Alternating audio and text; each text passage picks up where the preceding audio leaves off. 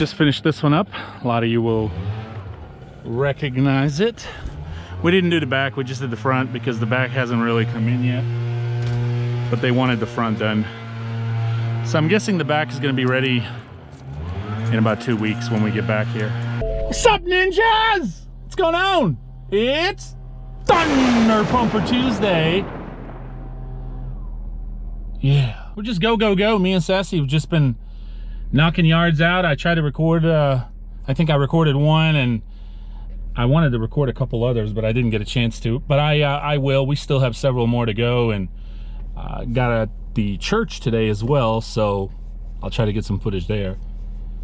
But it's nice, it's warmed up, 55 degrees. I think it's gonna get up to 60 today, and it's a nice Thunder Pumper Tuesday. Feel good. Knocking these yards out. What's up, Sass? How's that? How you doing, buddy? Oh, I'm good. How's your Thunder Pumper Tuesday? The sun's shining. I ain't been bit by nothing. It's a good day. Yeah. But yeah, we just knocked that one out. We'll see you at the next one. Just wanted to say, I guess it's good afternoon, Sass. I thought for some reason I thought it was good morning. It could be. They don't know. Depends where they are, right? That's right. So as we're leaving, we just noticed that the company that mows this, Sassy pointed out, they edged it, but what did they not do? They didn't go back through and weed eat over the top. Like the top of it. So, you know, guys, when you edge, whether it's with a weed eater or the edger, it doesn't matter. You're gonna lift the grass up around the edge, right? You're gonna lift it upward, kind of like right there. And so what you wanna do when you're edging, you wanna go over it with a weed eater to top it off, so that way you blend it in with the height of the actual grass. And look at that. They just left it. Some people's kids. Right there. All through. Oh, completely. Yep. You know that baby's mama don't love him. Yeah. That's what the problem is there. Yeah. Didn't even get to cross.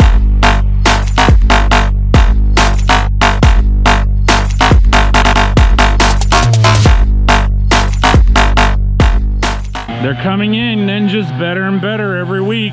So one of the issues that I had with this particular yard, and you know, you kind of come across this kind of stuff in a lot of yards, is every time I'm coming this way and I get to the end, I don't really want to like get into the street. First of all, there's like a lip there, and then you'll have to like turn around, get back on it. It's just, I don't want to do that. I want to stay on the yard.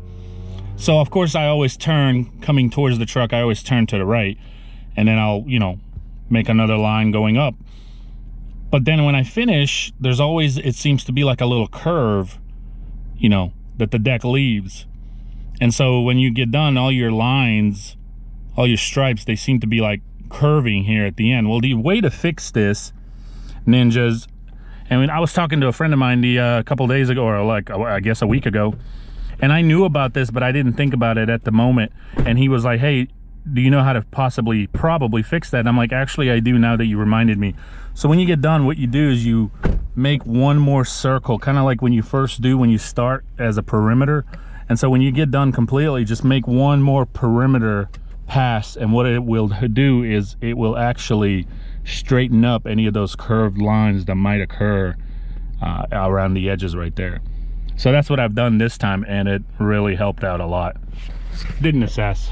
Mm-hmm. Yeah. Back to having that line, paint them stripes on the yard. Yeah, I brought some white paint. It's in the back of the truck. Mm-hmm. We're good though. Yeah.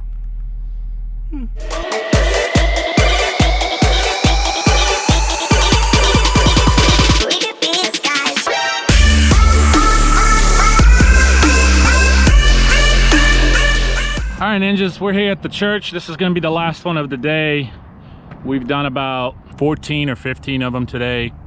Of course, I didn't record every single one. This particular commercial does not care to go weekly. They just want it cut short, looking good, and they have a specific, you know, budget that they want to commit to in lawn care. So this is a bi-weekly. Guys, you have to understand, it really depends on your area. Some of you have asked me even in the past, you know, how come some yards stripe, some yards don't stripe, but that's why. When you get yards that are bi-weeklies, it's really hard. You want to cut it shorter because you know you're not going to come back until 2 weeks. And so what you don't want to do is cut it nicely high and it looks great, and then in 2 weeks you're going to be battling with overgrowth. At the end of the day, ninjas, you have to just respect what your customer requests and what they're willing to pay.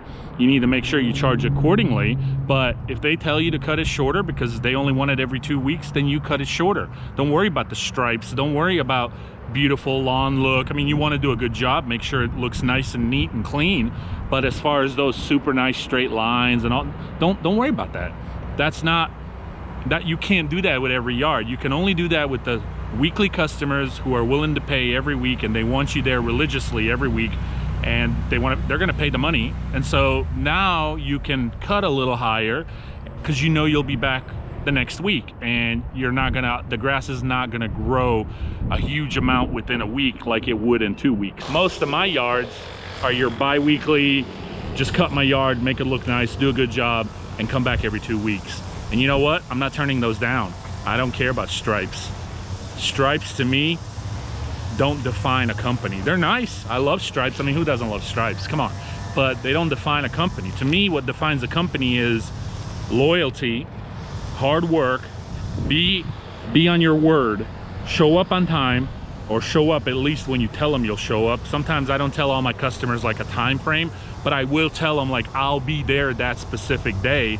And you know, whether we have a card on file or they'll leave me a check, as long as I let them know that I'll be there and they know I'll be there. What I like to do is I have a lot of my clientele who I text the day before.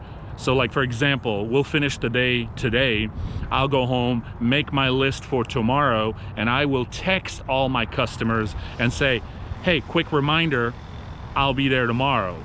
And a lot of times they don't really care to ask me what time frame because they know how this type of work is. You know, some yards can take longer than others.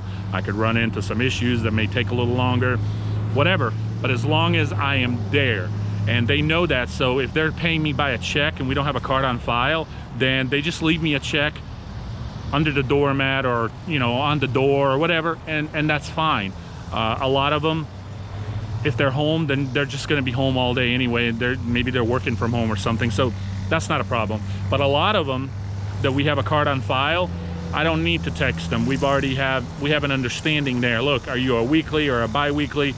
It may change a day or two depending on weather, but guess what? I will charge you accordingly, and every time I show up, I run the card. It's another thing, people have asking me a lot about running cards and, you know, how do I go about it?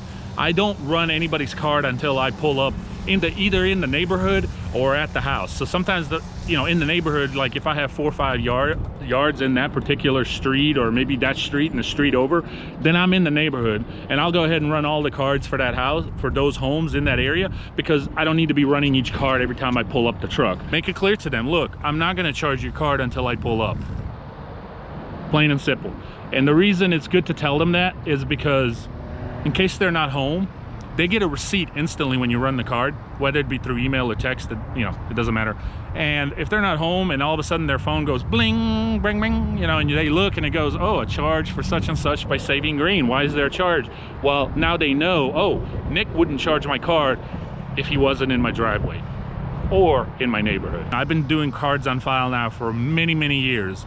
Come to find out, I've been doing it longer than most people in this community, because a lot of people just within the last year have transitioned into that from what I've watched. A lot of customers still don't care to do that. They prefer the check. They prefer to do it by every month, and that's fine. That's fine. You give them the option and you say, hey, I can do cash, I can do check, or I can do card on file. Card on file is going to be a little convenient. It's going to be a little additional charge, right? Because there's I call it a convenience fee. And a lot of people, that's another question. See, I'm answering all these questions as I'm trying to tell you this. A lot of people have been asking me, okay, so you're doing the card on file, who eats the convenience fee? Well, why should you eat the convenience fee? Think about it. I mean, no disrespect to anybody, but they have options. They don't have to do the card on file. I'm more than happy to accept the check or cash. So why would I eat the convenience fee? So now I'm charging $100 for a yard, and all of a sudden my $100 is going to turn into a $95 yard? No, that $100, this is just an example. That $100 yard is going to turn into a $105 yard, okay? And so they're going to pay that. They're going to eat that convenience fee, not you, and you shouldn't. Because now, if that was the only form of payment that you're accepting, then I say you should eat the convenience fee, because now you're only giving one option to the customer. So why would you punish them? That's not good. But if you're giving them options between check, cash, or card on file, and they choose the card on file because it's convenient for them, yes, it's convenient for you too, but ultimately it's convenient for them when they know you're willing to accept checks or cash too. They're gonna eat the convenience fee. And I think that's perfectly normal. So if you're doing that, or you're thinking about doing the, you know, card on file, don't eat the convenience fee. Don't eat it. Just tell them, hey, your yard is a $50 yard, but there's a convenience fee. Well, how much the convenience fee depends what system you use or who you use and what the percentage is. It's usually about 2, 3, 4%, something like that. Okay, so now your $50 yard is gonna turn to $52, $53, $54.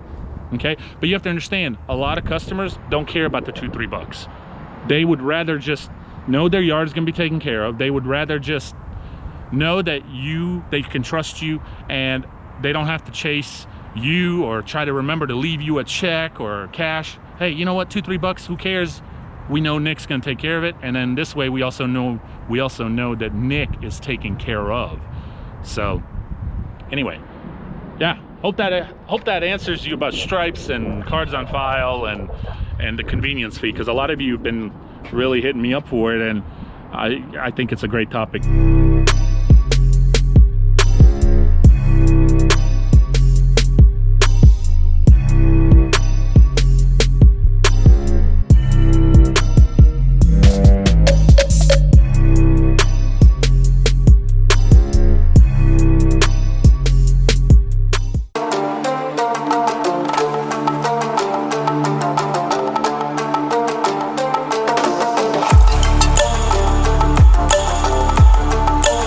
Hey, real quick, I hope you enjoyed yesterday's video. It's about basically a sneak peek of what's to come. A whole line of Ninja equipment is coming down, and it's going to be awesome. I'm so excited and pumped to share it with you guys. But one good thing about getting branded is other companies reaching out. So now I'm already talking to a couple other companies, potentially making more Ninja equipment. Hey, when I told you we're gonna take over, you thought I was playing, didn't you? Ninjas will be known worldwide, and we're gonna take over. Nature Minute with Sassy! Oh, I'm glad you brought okay. it up. Did you know sometimes baby sea turtles can actually breathe through their shell? They can breathe through their shell sometimes? No, Yeah, how? when you got to keep all your parts inside and you ain't going outside, Yeah. they breathe through their shell, take that oxygen in through their skin. Holy cow. No, I did not know that. Baby sea turtles are so cool and so cute. I guess maybe that answers why some of them can be underwater for a period of time. Oh yeah. What? So turtles, Sea turtles. sea turtles, sea turtles Right, that's a tongue twister.